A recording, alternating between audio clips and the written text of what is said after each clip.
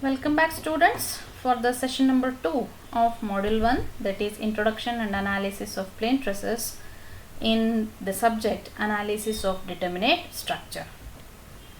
In this session we are going to discuss about the conditions of equilibrium, compatibility conditions, linear and non-linear analysis. In the last session we have learnt about the definition for structure, components of structure and different forms of a structure, and today we are going to learn about the conditions of equilibrium, compatibility conditions, linear and non-linear analysis.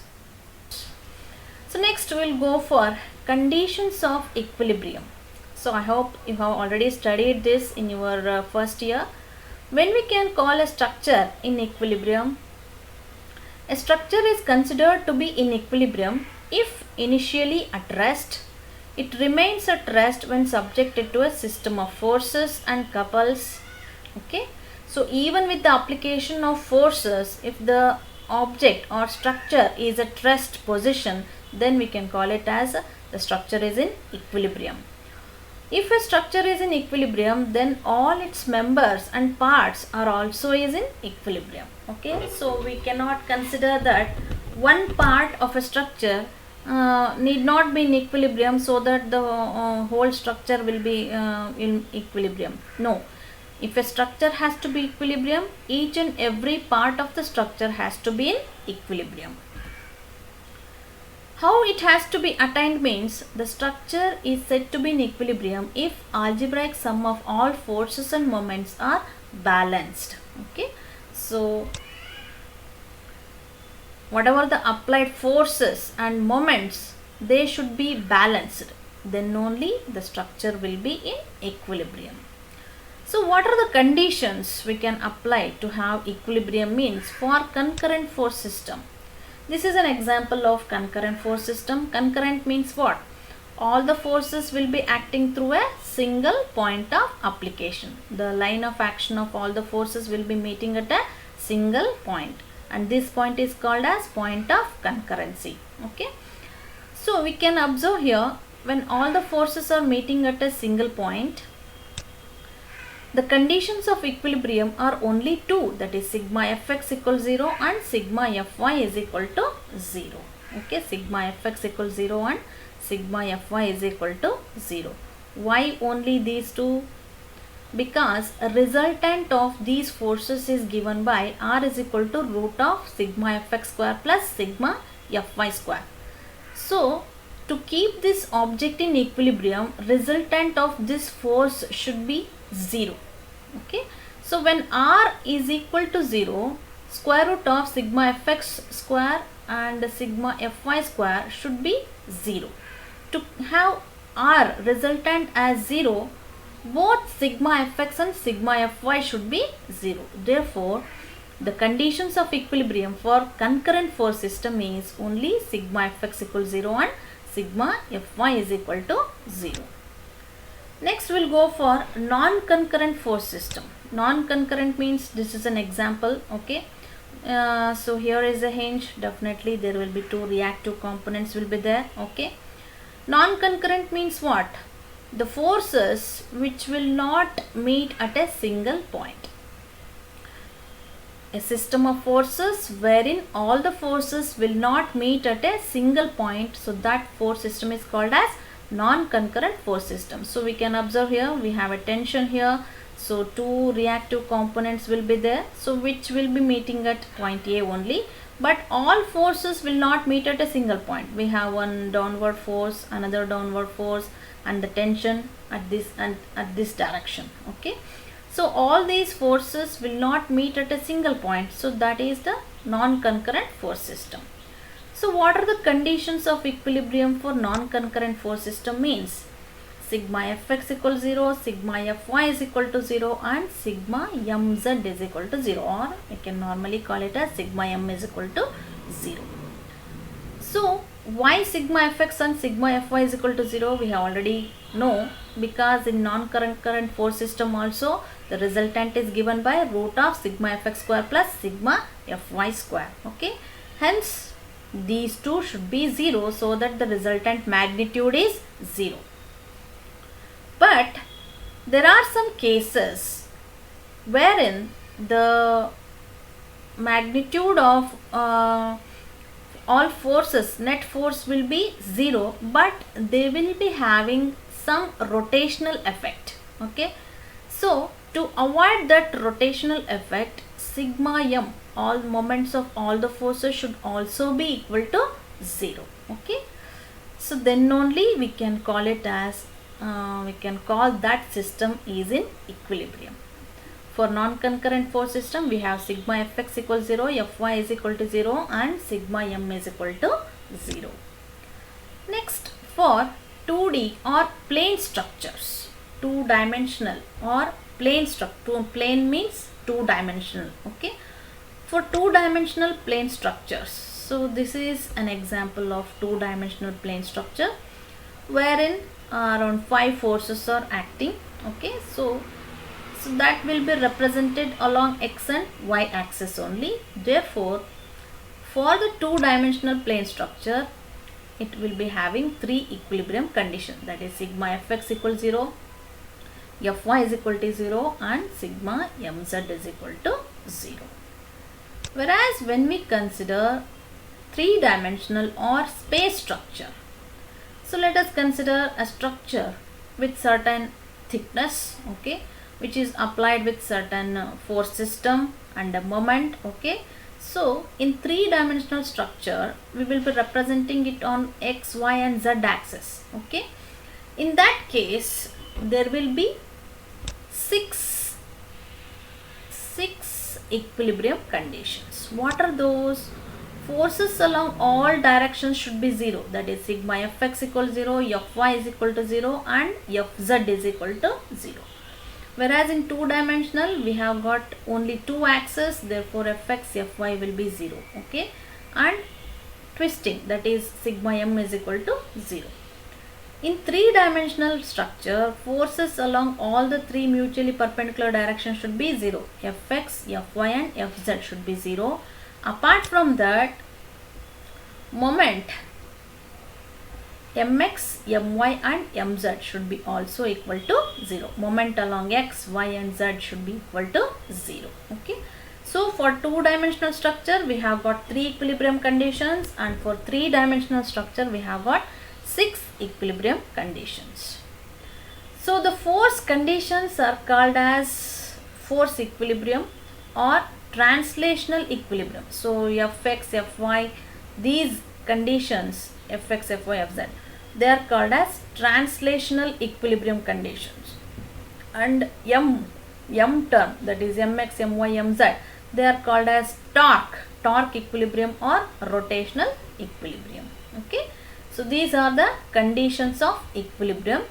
So for this chapter, we will be dealing with only, for your syllabus, only these 2 are enough if you can remember, concurrent and non-concurrent. Okay, 2D is same thing. Okay, so we will be dealing with only 2-dimensional, concurrent and non-concurrent. 3D will not be dealing with for your syllabus. Okay, next is compatibility conditions.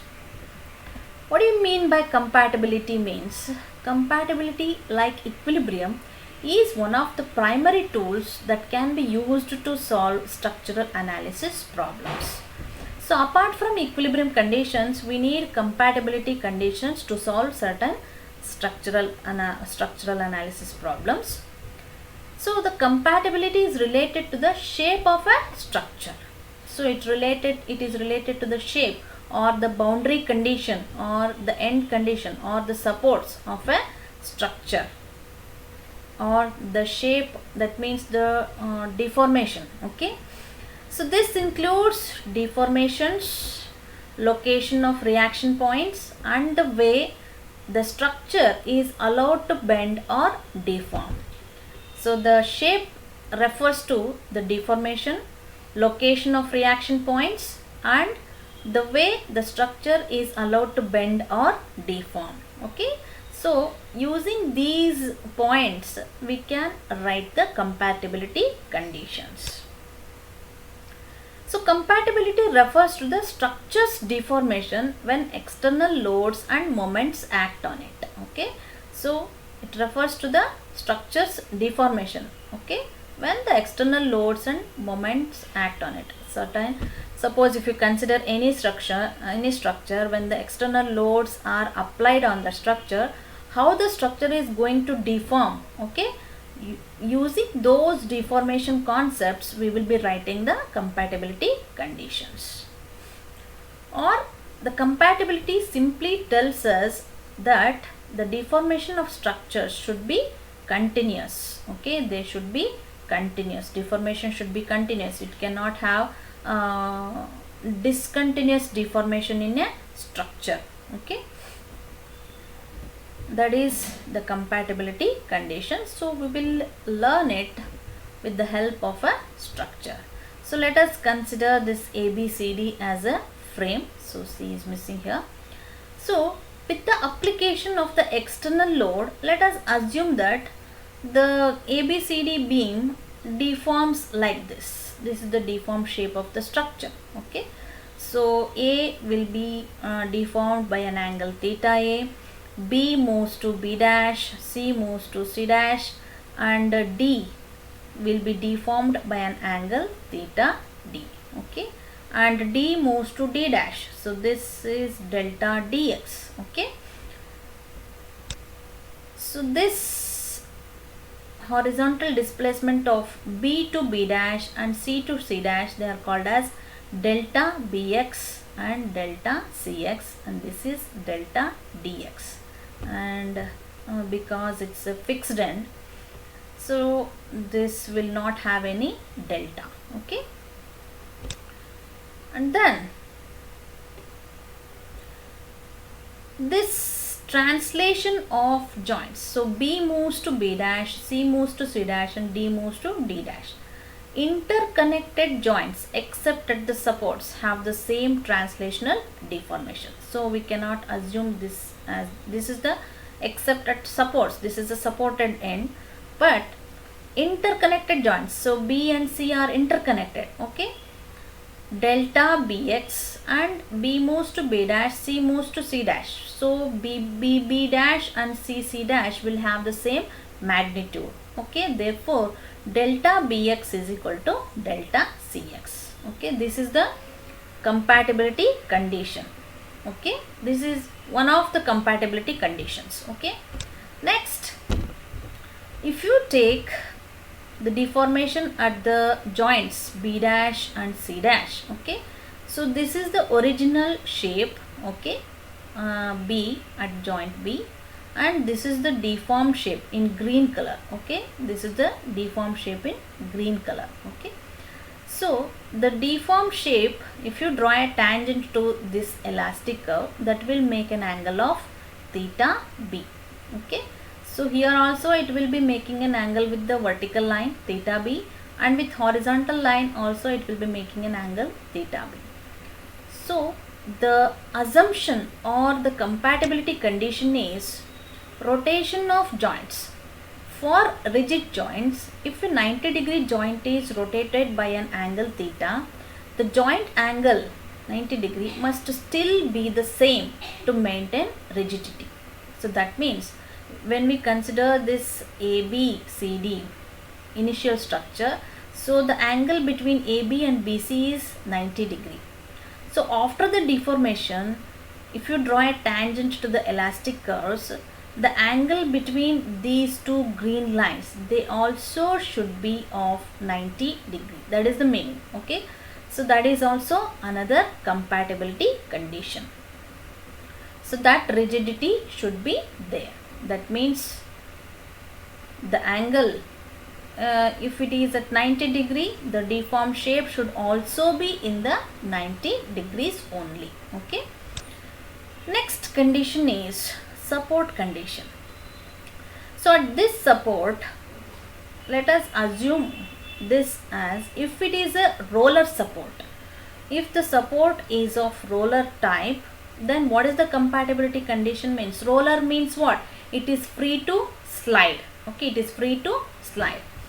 The direction along which the roller is provided, normally it will be provided in the vertical direction. so that the reaction will be vertical and it is free to slide in horizontal direction. Okay, so therefore delta V is equal to 0. Delta is nothing but displacement, because we have a reaction in the vertical direction for a roller support. Displacement along the vertical direction is 0. That is one more compatibility condition. Okay, if the support is provided with a hinge, if it is a hinge, okay, so for a hinge we will be having two reactive components, that is H and V. Okay, when the reactions are there, definitely the displacements along those two directions will be 0. Therefore displacement along V, that is vertical direction, is 0, and displacement along H, that is delta H, horizontal direction, is 0. So we have got two compatibility conditions for a hinged support. Okay, and if it is a fixed end, and apart from that theta will be there, exists, so that means there will be certain amount of theta will not be there, 0. If you draw a elastic curve like this, okay, or deflected shape of the structure, so if you draw a tangent at this point, definitely the tangent will be making certain angle with the initial line, so that is theta A. Okay, if the support A is is of fixed type, then fixity will have three reactive components, H, V and M. Okay, H indicates when we have horizontal reaction, so H, in that direction displacement will be 0, therefore delta H will be 0. We have got vertical reaction, therefore displacement along vertical direction is 0, that is delta V is equal to 0. And we have got moment M. Okay, so when we have moment, okay, which resists the rotation, moment means which cannot freely rotate. Okay, it has moment, therefore when it avoids the rotation, theta is 0, slope will be 0. Okay, so these are the compatibility conditions you have to remember, mainly these for the support condition and the translation of joints. Okay, so these are different compatibility conditions which depends on rotation of joints, translation of joints and the type of supports. And then member deformation. So this AB member will be deforming, which depends upon the moment stresses developed in the member. So stresses you have already studied in your third semester. So the bending stresses will be considered, this deformation of this member depends upon the bending stresses of the member. Next, we have come to the last part of today's session, that is linear and non-linear analysis. Linear means a straight line variation. Okay, in linear analysis, a linear static analysis is an analysis where a linear relation holds between applied forces and the displacements or stress and strain. Okay, so the relation, if you draw a variation of stress versus strain or force versus displacement, the variation will be linear. That means the stress will be directly proportional to strain, or the displacement will be directly proportional to the applied load. Okay, in that, if you analyze the structure in this, if you carry out the analysis in this mode, then we take it as a linear analysis, when the stresses are proportional to strain, or the strains are proportional to stresses, and the displacements are proportional to the applied forces.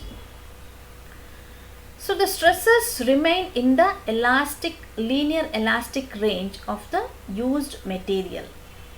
So when you subject a material to compressive stress or a tensile stress, you have already conducted it in your BMT lab. Okay, you have drawn the stress strain curve.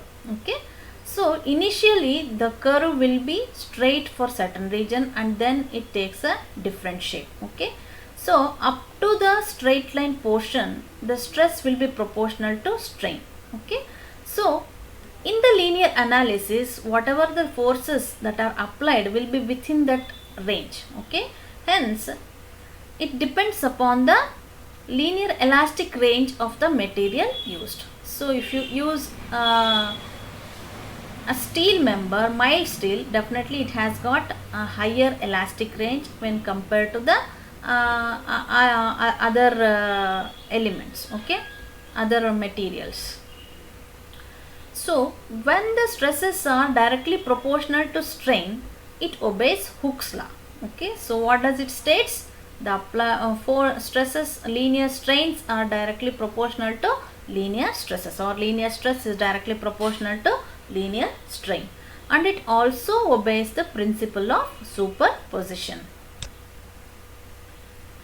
The behavior can be described with linear equations. So we can observe here, if you write an equation for this variation, definitely it will be in the form of a y is equal to mx plus c, that is a straight line variation equation for a straight line. Therefore the behavior can be expressed in the form of a linear equation.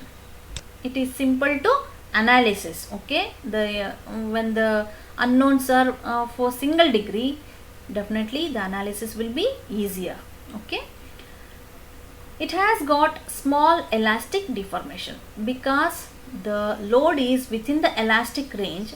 The deformations will be also in the elastic range only, and they will be having small magnitude. Okay, that is about linear analysis. As I already told, it is simple to carry out the analysis. Next we will move for non-linear analysis. So non-linear analysis means, a non-linear analysis is an analysis where a non-linear relation holds between the applied forces and the displacements, or between stress and strain. In linear, the variation is linear. In non-linear, the variation will be non-linear. If you take an example, so this is a stress strain curve for any non-metals, or maybe for a concrete. Okay, so there will not be any linearity along this portion. Okay, maybe for certain region initially. Okay, but that elastic limit is too small when compared to the steel. Okay, so if you can observe, the stresses are not proportional to strain, and the displacements are not directly proportional to the applied forces. That is the non-linear analysis. If you carry out the analysis of a material in this type of variation, then it is called as non-linear analysis. The source of this non-linearity can be attributed to multiple system properties like materials, geometry, loading and constraints.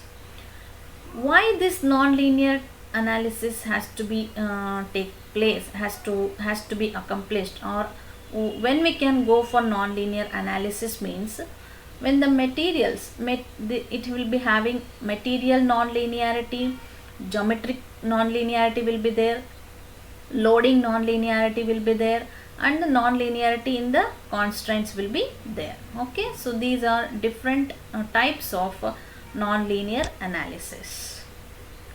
So the material non-linearity is due to stress-strain relationship. As I have already told, for steel, if you take the steel, if it is subjected to within the elastic range, stress will be directly proportional to strain. And if you take a material like non-metals, that is concrete, the stress will not be proportional to strain. Okay, so in here the non-linearity in materials is due to the stress-strain relationship. And geometrical non-linearity is due to considerable changes in the geometry. Okay, so suddenly there will be a change in the geometry of the element or a structure, so therefore geometrical non-linearity takes place. Okay, so in non-linear analysis, large permanent or plastic deformations will take place, whereas in linear, small elastic deformations will be taking place, whereas in non-linear the deformations will be large and they will be of permanent type. They are this nonlinear analysis is accurate but complicated. It is complicated to analyze, to carry out a nonlinear analysis. So if you take the example of a stress strain curve for a mild steel, this is the, you have already drawn this in your BMT lab. So this is the shape of a stress strain curve for a mild steel. So up to this is the elastic limit, proportionality limit will be there, and after that there will be elastic limit, okay, and then upper yield point, lower yield point, ultimate point and fracture point, okay. So up to this level, okay, so it is what is this, proportionality limit and then elastic limit, okay. So up to this point the stresses are proportional to strain, okay. So the variation of stress is linear up to this point, stress versus strain is linear up to this point, hence whatever the applied load will be directly proportional to the deformations observed. If you remove the applied load, the material may regain its shape, size and shape, and the deformations will be elastic. So elastic means they will be of spring type, like that, okay. If you pull it and if you allow it, it will come back to its original shape, okay. So if you apply the load beyond this elastic limit, the deformation will not be proportional to the applied load, okay, and also the deformation will be permanent. Even though if you release the load at this point, maybe before the fracture point, whatever the deformation has occurred, that will not be regained to the original shape. The material will not come back to its original shape. That means the deformation is permanent, okay. So hence in nonlinear, if you carry out analysis in this part, it will be a nonlinear analysis. If you carry out the analysis within this range, then it is called as linear analysis, okay. So that is for today's session. So in this session we have learned conditions of equilibrium, compatibility conditions and linear and non-linear analysis, okay. In the next class we will take up determinate and non-determinate structures and their how to find the degree of indeterminacies, okay. So thank you.